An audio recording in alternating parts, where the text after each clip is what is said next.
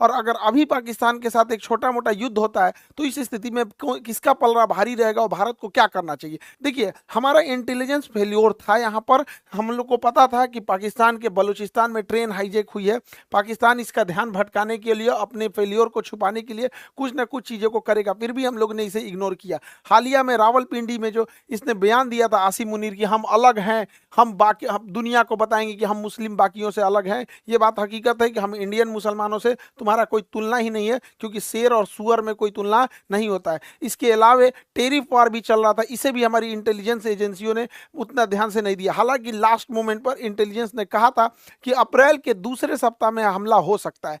अप्रैल के जब दूसरे सप्ताह में हमला की इतनी सटीक जानकारी थी, फिर भी जब यहाँ पे पर्यटक थे, यहाँ पर इस बसरान घाटी में, यहाँ पर एक भी हॉस्पिटल नहीं था, ना ही एक कोई पुलिस का जवान था, ना ही कोई मिलिट्री थी यहाँ पर। इसके अलावे जब यहाँ पे दुर्घटना हुई, जब आतंकवादियों ने गोली मारा, तो उस समय लगभग आधे घंटे बाद नीचे से आर्मी आ रही है या फिर पुलिस आ रही है। आधा घंटा में तो कोई पर्यटक को तो गोली वगैरह चलाने आता नहीं है, और ये पूरी घाटी खाली थी, कहीं छुपने का भी जगह नहीं था, वहां आराम से गोली मार दिया गया। कुछ लोगों की तो मृत्यु केवल ब्लड लॉस की वजह से हो गई, क्योंकि एम्बुलेंस भी 1.5 घंटा बाद आई थी। तो वहां जब इतने बड़े पर्यटकों का स्थल था, इतने हजारों की संख्या में पर्यटक थे, तो सरकार क्या कर रही थी?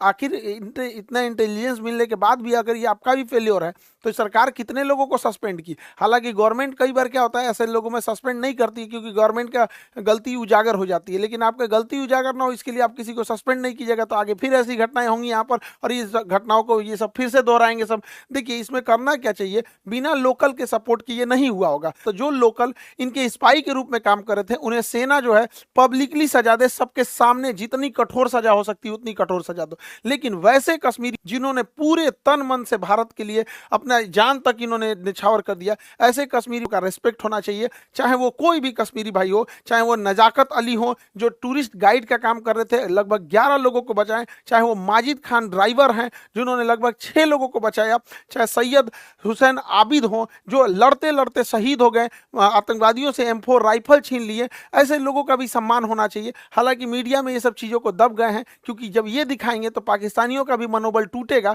पहले ऐसे लगता था पाकिस्तानियों को ना कि कश्मीर के सारे लोग पाकिस्तान का साथ देंगे, अब ऐसा नहीं है। हम तो महाराष्ट्र सरकार का भी धन्यवाद देते हैं, एक नाथ शिंदे जी का, जिन्होंने ऐलान किया है कुछ पुरस्कार राशि देने के लिए ऐसे परिवार को, और इनका टूटा हुआ मकान भी बनाने की बात कहे हैं।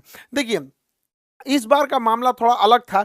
जब ये हमला हो रहा था, तो इससे काफ़ी दूर श्रीनगर है, इससे काफ़ी दूर श्रीनगर का लाल चौक का एरिया हमेशा चहल पहल रहता है, लेकिन वो एक हफ्ते तक श्रीनगर की सड़क शटर डाउन रहा, ये दिखाने के लिए कि ये लोग इस घटना में शहीद हुए लोगों की श्रद्धांजलि दे रहे हैं। और जमा मस्जिद के इमाम ने भी पूरे खुल के मंच से भी कहा था कि इस तरह की किसी भी घटना को पाकिस्तान अगर अंजाम देता है तो इस सब चीज़ों को कभी एक्सेप्ट नहीं किया जाएगा। तो इस बार भारत में इस चीज़ों को एकता देखने को मिली है। लेकिन जो लोग इसमें शहीद हुए हैं, चाहे वो पर्यटक हैं, चाहे जो वहाँ के लोकल लोग हैं, उनको भी गवर्नमेंट को सोचना पड़ेगा। तो इनको भी कश्मीर के एरिया में कुछ बागान होंगे, जैसे ड्राई फ्रूट के बागान हो सकते हैं, केसर के हो सकते हैं, या फिर सेब के हो सकते हैं, तो गवर्नमेंट इन्हें अलॉट कर सकती है, या गवर्नमेंट इन्हें पुरस्कार दे सकती है, जिससे कि बाकी के लोग प्रेरित हो गए। कोई DM SP क्यों बनना चाहता है? क्योंकि देखता है कि समाज में उसकी इज्जत है।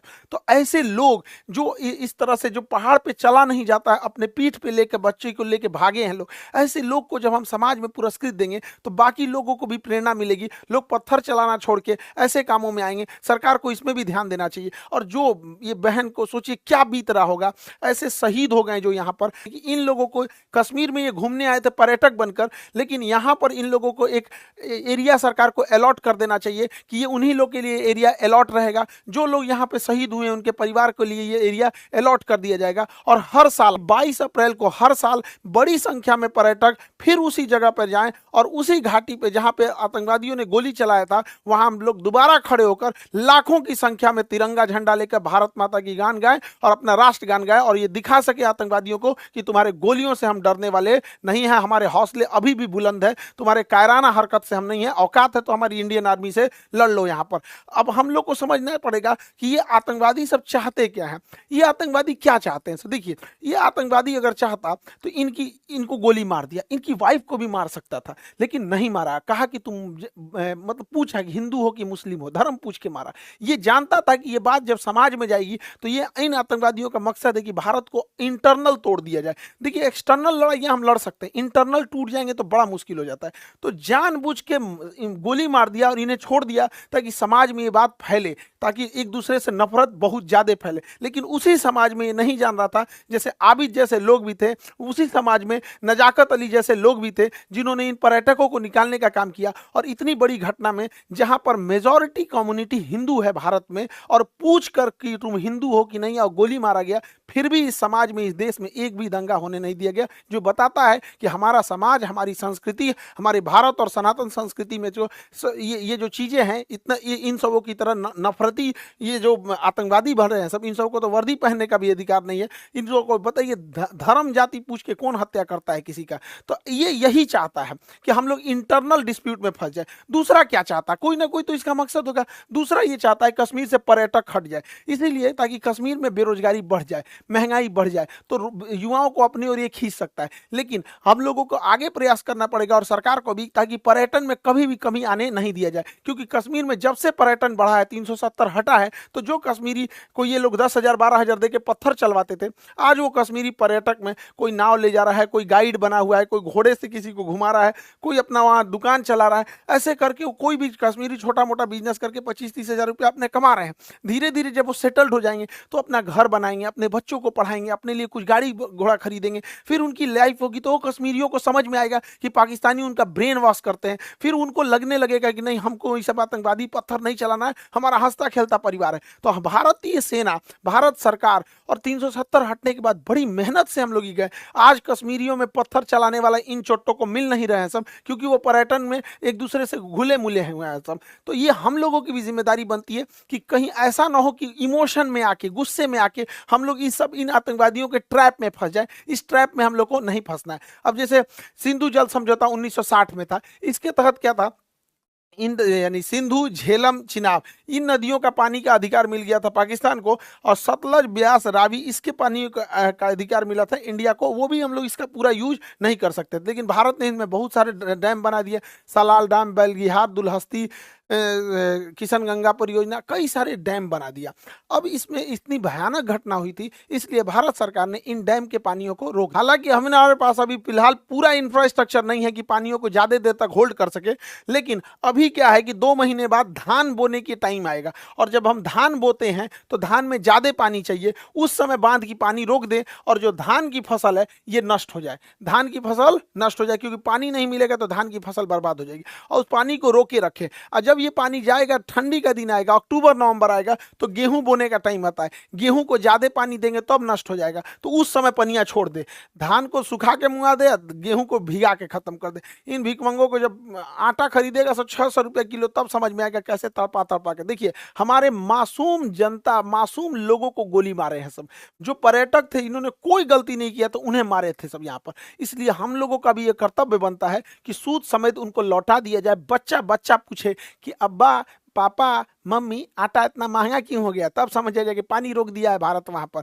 ये करना चाहिए। और यहाँ पर बांध का इंफ्रास्ट्रक्चर बना के इन बांध को रेगिस्तान में, राजस्थान के थार मरुस्थल में इंदिरा गांधी के पैरेलल कई नहरें बना के रेगिस्तानी एरिया में भर देना चाहिए। यहाँ के रेगिस्तान में रहने वाले लोगों को पानी की बहुत किल्लत होती है, तो हम ये पानी अपने दुश्मन देश को क्यों दे, जब हमारे पास इंफ्रास्ट्रक्चर यहाँ, हालांकि हमारे पास अभी इतना इंफ्रास्ट्रक्चर नहीं है, लेकिन ये लॉन्ग टाइम है, रेगिस्तान में हम लोग को इन पानियों को भेज देना चाहिए। और जो भी पानी जो यहाँ पाकिस्तान जा रहा है, उसको जब हम इधर डाइवर्ट करेंगे तो इस एरिया में, पंजाब और राजस्थान की इस एरिया में जो कागज उद्योग है, लुगदी उद्योग है, कार्टून बनता है, कागज बनता है, ये सब में सबसे ज्यादा पानी की खपत होती है। 2014 यूपीएससी में क्वेश्चन पूछा था कि सबसे ज्यादा पानी की खपत किसमें होती है, कागज एवं लुगदी उद्योग, ऑप्शन बी पे लिखा हुआ था। तो इस एरिया में कागज वगैरह का उद्योग डालना चाहिए जिसमें पानी की हैवी खपत है, वैसे एरिया में नहीं डालना चाहिए जहां पानी कम है। हालांकि यहाँ पर हम लोग उतना इंफ्रास्ट्रक्चर नहीं बना है, वरना इन पानियों को हम लोग दिल्ली की ओर भी मोड़ सकते हैं। वो मोड़ने के लिए जो सिस्टम आता है उसे एक्वाडक्ट कहते हैं। ये देखिए, ये एक्वाडक्ट है, ये एक्वाडक्ट के रास्ते हम पानी को मोड़ सकते हैं। और एक्वाडक्ट के रास्ते अगर हम दिल्ली यमुना में ले आ दें और यमुना में तेज गति से छोड़ दें तो यमुना नदी में जो गंदगी की समस्या है वो तेज बहाव के कारण बह जाएगा और आगे एक लोहे की जाली लगा दे जिससे कि जो प्लास्टिक है, कूड़े करकट है, उसे हम रोका जा सकता है और पूरा का पूरा पानी साफ हो जाएगा। यमुना साफ के लिए देख रहे थे, यमुना साफ करने के लिए जोड़ देंगे नदियों को तो यमुना आराम से साफ हो जाएगी, बहाव के साथ आगे बढ़ जाएगी यमुना नदी। पाकिस्तानी सेना सोचती है कि छोटा मोटा एयर स्ट्राइक टाइप की कोई घटना हो जाए जिससे कि पाकिस्तानी सेना का जो जनरल है आसिम मुनीर वो अपने आप को रेलेवेंट दिखा सके कि हमारी कितनी जरूरत है, वो पाकिस्तान को कितना बचा के रखा है। लेकिन भारत को यहाँ इजराइल जैसे सोचने की जरूरत है, यदि एक भी हमला हो तो बड़ा सटीक हो, पाकिस्तान की कमर तोड़ दिया जाए। पाकिस्तान में जो बिजली घर है, भारत यहाँ से जब हमला करे तो इसके बिजली घर को उड़ा दे जिससे कि बिजली ही ना बन पाए, और जो ग्रिड होता है, ग्रिड जहाँ से बिजली डिस्ट्रीब्यूट होती है, ग्रिड उड़ा दे। अगर बिजली घर और ग्रिड उड़ गया, अगर 10 मिसाइल ग्रिड पे मारो, 10 मिसाइल मार देना यहाँ पे बिजली घर पे, पूरे पाकिस्तान में ब्लैकआउट हो जाएगा, सोचने समझने के टाइम ही नहीं मिलेगा। और इस गर्मी के टाइम पे अगर ब्लैकआउट हुआ यानी पूरी बिजली खत्म हो गई तो सारे स्कूल बंद हो जाएंगे, कॉलेज बंद हो जाएंगे, railway station, airport, industry, factory, company, दुकान, सारी चीजें ठप हो जाएंगी। उसके बाद जो इसकी ऑयल रिफाइनरी, ऑयल डिपो है, ऑयल डिपो जो है, ऑयल रिफाइनरी है, इसको उड़ा देने के बाद फ्यूल खत्म। जब फ्यूल खत्म हो गया तो ना स्कूटी चलेगा, बाइक, कार, टेम्पू, मोटरसाइकिल कुछ भी आगे नहीं बढ़ पाएगा। ट्रांसपोर्टेशन को ही रोकना जरूरी होता है। जितने भी बड़े पुल होते हैं, जितने बड़े मेजर पुल हैं, इन पुल को अगर गिरा दिया जाए तो पुल को गिरा देने की वजह से ट्रेन भी नहीं चल पाएगी यहाँ से और ना ही कोई बड़ी गाड़ियाँ जा पाएंगी। हालांकि ट्रेन को रोकने के लिए सबसे ज़्यादा होता है जो बड़े जंक्शन होते हैं, उनके जंक्शन पॉइंट पे अगर बम्बार्डमेंट कर दिया जाता है तो ट्रेन का आवाजाही बंद हो जाता है। तो भारत सरकार को स्ट्रेटेजिकली हमला करना पड़ेगा और नीचे से नौसेना का ब्लॉकेज लगा देना है और ऊपर से धो देना है, ताकि अगर 2 दिन के लिए भी सर्जिकल स्ट्राइक होता है तो इसका बहुत लंबा इंपैक्ट पाकिस्तानी अर्थव्यवस्था में दिखना चाहिए कि अगले 10 साल तक पाकिस्तान उसकी भरपाई ही करते रह जाए। देखिए, कश्मीर से ही ज्यादा घुसपैठ होने का एक बड़ा कारण ज्योग्राफिकल टेरेन है। वहां ज्योग्राफी की जो बनावट है, एक पहाड़ है, उबड़ खाबड़ है और इसमें इतने घने जंगल है, इतना घना जंगल है कि हाथी छुप जाती है इन जंगलों के बीच में। तो इसके बीच में आतंकवादी को छुपना तो बड़ा ईजी है। तो भारत सरकार को और सेना को एक कड़ा एक्शन लेना पड़ेगा। पर्यावरण जाए साइड में, यहाँ पे पहले देश की सुरक्षा जरूरी है। वहां पे जो बॉर्डर का एरिया है, लगभग 1 किलोमीटर चौड़ाई में जितने पेड़ हैं उन सबको साफ कर देना चाहिए। इन पेड़ को साफ कर देना चाहिए। जैसे देखिए, यहाँ पर कोई भी आतंकवादी छुप सकता है, यहाँ छुप सकता है, यहाँ छुप सकता है, यहाँ छुप सकता है, लेकिन ये जो बीच वाला एरिया है यहाँ कोई आतंकवादी नहीं छुप सकता है।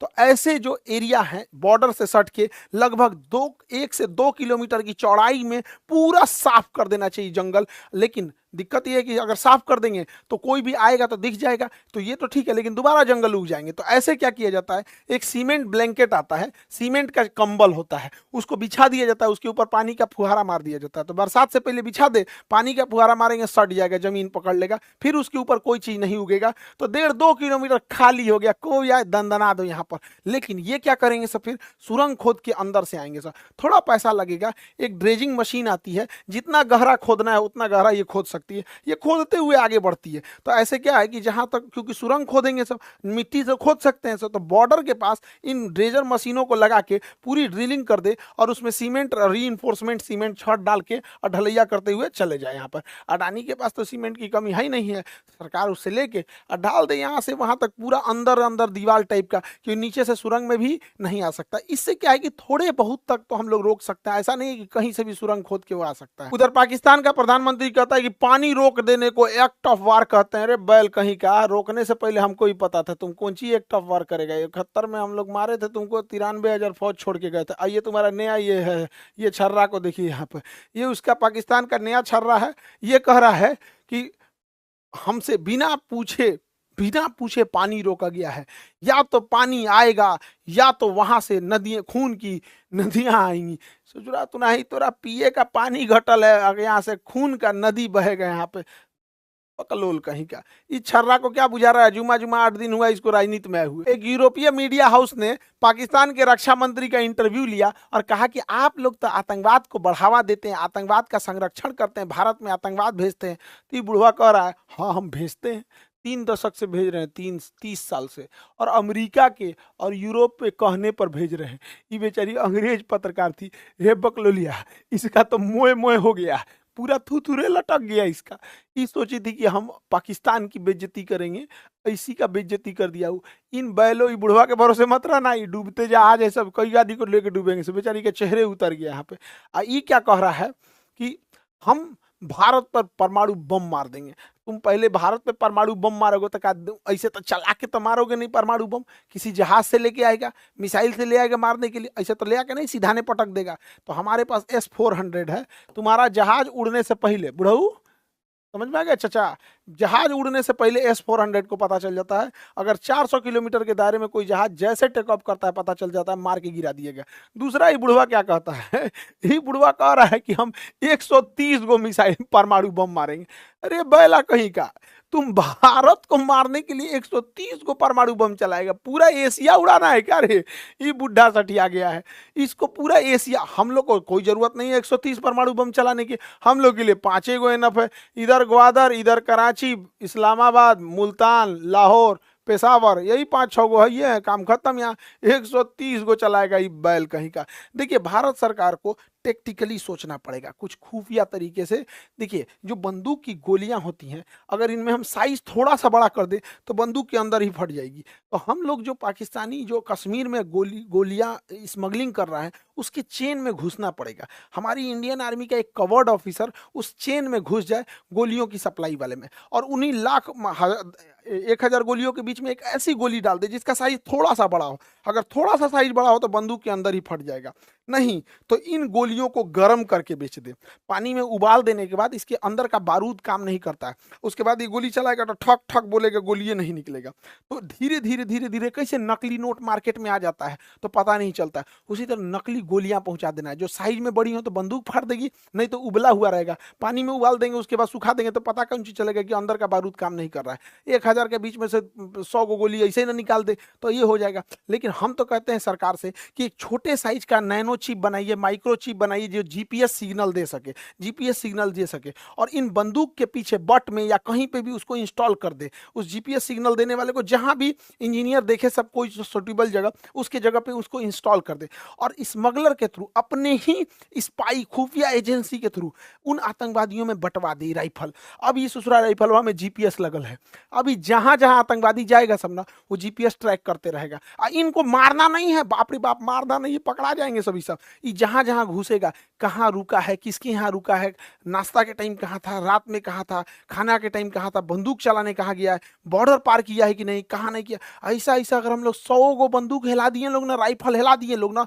6 महीना तक इन राइफल वालों को मारना ही नहीं है। 6 महीना तक सारी जानकारी हम लोग को मिल जाएगी यहाँ पे। तो हम तो कहते हैं कि भैया थोड़ा सा खुफिया तरीका से सोचना पड़ेगा, खतरनाक तरीका से। शराफत से भी लड़ना है, सामने से भी लड़ना है, और खतरनाक बुद्धि से भी लड़ना है। तब जाके इन हम अपने कश्मीर को शांत रख पाएंगे। कश्मीर हमारे लिए माथे का मुकुट है, उसके लिए हमें जो करना पड़ेगा हम वो करेंगे। आप क्या सोचते हैं इसके बारे में? क्या इसके अंदर जीपीएस लगाना चाहिए, या फिर बंदूक की गोली का साइज बढ़ा के, या फिर उबाल के गोलियों को सप्लाई करना चाहिए कि नहीं, ताकि उन लोगों के जो मनोबल है, उनके मानसिकता पे हम जीत सके? आगे हम आपको अगले वीडियो में मिलेंगे।